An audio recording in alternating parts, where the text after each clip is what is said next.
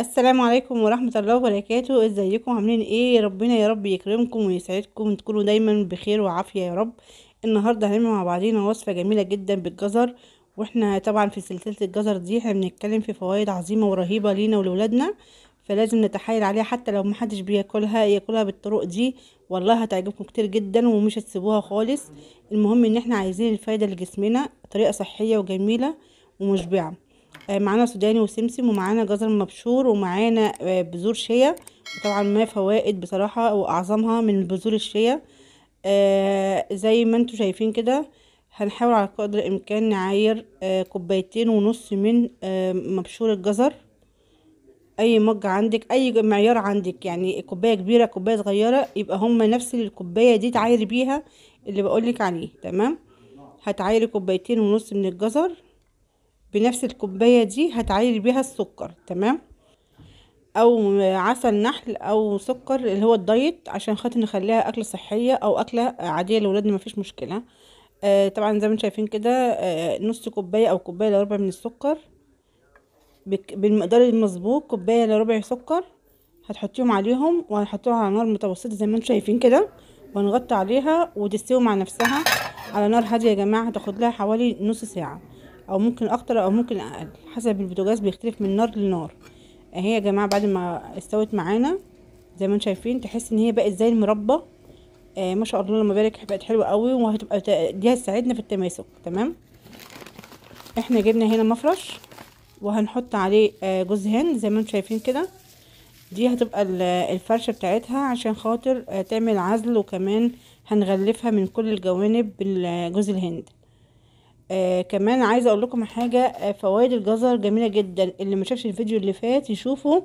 هحطه لكم تحت في الديسكريبشن اللي هو تحت الفيديو على طول.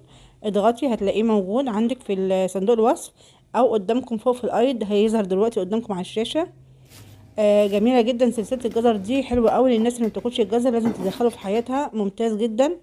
دلوقتي بعد ما حطينا جوز الهند على المفرش بتاعنا او كيس او اي حاجه عندك، هنحط الجزر عليه بذور شيا 3 معالق او معلقتين. بقى على فكره ملوش اي ريحه او اي طعم تماما، بجد جميل جدا عامل زي السمسم. ومعانا كمية سمسم وبس وسوداني طحناه في المطحنة. عايزة تكسريه ويبقى مجروش مفيش مشكلة، عايزة تحطي معاهم كمان بسكويت تكسريه وتحطيه، حلو قوي. عايزة برضو تحطي صوص شوكولاتة او قطع شوكولاتة مبشورة، ممتاز. شوكولاتة اللي هي الدارك البني عشان ترفع معاكي معدل الحرق، حلو قوي. عايزة تزودي او تقللي دي بتاعتك انتي، مفيش مشكلة، من السمسم والسوداني والحاجات دي. ان شاء الله يا رب تكون الوصفه بتاعتنا جميله جدا بالنسبه لكم وسهله وبسيطه، وتكون المكونات متوفره عندك في البيت باذن الله. اتمنى تكون الوصفه عجبتكم وتشيروها عشان غيركم يستفيد بيه، ويا ريت تفاعلكم معانا مهم جدا عشان يطور من قناتنا. ان شاء الله باذن الله هتقدري تعمليها. وبصي مش محتاجه اي حاجه غير ان انت بس ايه تمشي بس على التريكات الصغيره دي، والموضوع هيبقى جميل جدا معاكي. انا كده خلاص ما شاء الله لما بارك مسكت معايا اهي، بحاول اشكلها. تمام. هلم بواقي اللي في الطاسه واحطها معاها. وزي ما انتوا عارفين ما ينفعش ان احنا نهدر ونرمي حاجه خالص. ممكن تكون ممكن تنفعنا او ممكن تفيدنا في حاجه تانية، او ممكن نستفاد بيها، فما ينفعش. فانا كده خلاص خلصت الكميه بتاعه الجزر. وخلاص كده انا هحاول اشكل معاكم الشكل بتاعها، وهدخلها الفريزر يا جماعه. هتجمد معايا، انا هدخلها الفريزر، انتي ممكن تحطيها في التلاجة، لكن انا عايزه استعجل عليها عشان خاطر الحق اوريها لكم على طول عشان الفيديو ما يطولش معاكم.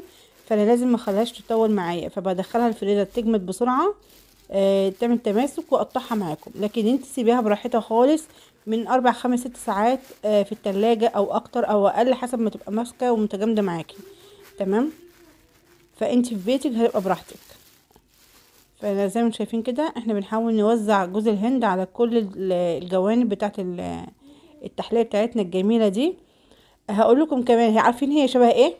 عارفين اللذيذه اللي في حلاوه المولد؟ الناس اللي بتشتري المشكل من حلاوه المولد هيعرف اللذيذه اللي هي قطع جوز الهند، اللي هي القشر المبشور ده بتاع جوز الهند. منها اصفر ومنها برتقاني ومنها الوان كده، بتشد معاكي شويه. دي زيها بالظبط، بس على فكره طعمها احلى بكتير جدا، وعجبت ولادي والله بجد. ان شاء الله مش هتندموا عليها وهتعجبكم كتير قوي، ودخلوها كمان من ضمن حلويات المولد. الوصفة دي حلوة قوي، حصريا من عند الطريقة دي. هتنفعكم وجميلة ومفيدة وصحية. كمان من ضمن حلاوة المولد وسلسلة المولد دي. وانا من دلوقتي بقولها قدامكم اهو، ده اول فيديو معايا من حلاوة المولد، بدأ معايا ان شاء الله ببداية الجزر دي. مكان اللذيذة حلو قوي، اللهم بارك، جميلة جميلة جميلة. ربنا يحسن ما بين ايدينا وايديكم يا رب العالمين، وصحة وعافية لينا وليكم ان شاء الله. هندخلها الفريزر زي ما قلت لكم تجمد، وهوريها لكم بعد ما تخرج ان شاء الله، وهتشوفوا شكلها وهتذوقوا طعمها فوق الوصف يا جماعة. انا لو اتكلمت عليها هظلمها بجد، جربوها وقولوا لي رايكم فيها ايه. هنا بعد ما جمدت معانا شوية، فعشان اقدر ان انا اقطعها معاكم اهي، بسم الله. هقطعها قطع كده على اشكال مدورة او شكل سرسرول، بس طعمها حلو قوي ان شاء الله هيعجبكم. وبجد لو ما بتحبوش هتحبيه بالطريقة دي قوي. طبعا اكيد بتحبوا الجزر والسوداني والبسكوت، وبتحبوا السمسم، فالحاجات دي كلها، وبذور الشيا، وممكن تحطي جنين قمح، ممكن تحطي بذور كتان، حطي وابدعي، والحاجات وقشور الصوديوم اللي انت عايزه تحطيه حطيه زي ما شايفين كده. بجد روعه، اللهم بارك، جميله سهله بسيطه، ما خدتش مننا وقت. اتمنى ان شاء الله تقوموا تجربوها دلوقتي وتحفزونا وتشجعونا بتجاربكم وتطبيقاتكم، وتقولوا لنا رايكم فيها ايه في اي حاجه انا بنزلها لكم. دمتم في حفظ الله ورعايته. السلام عليكم ورحمه الله وبركاته.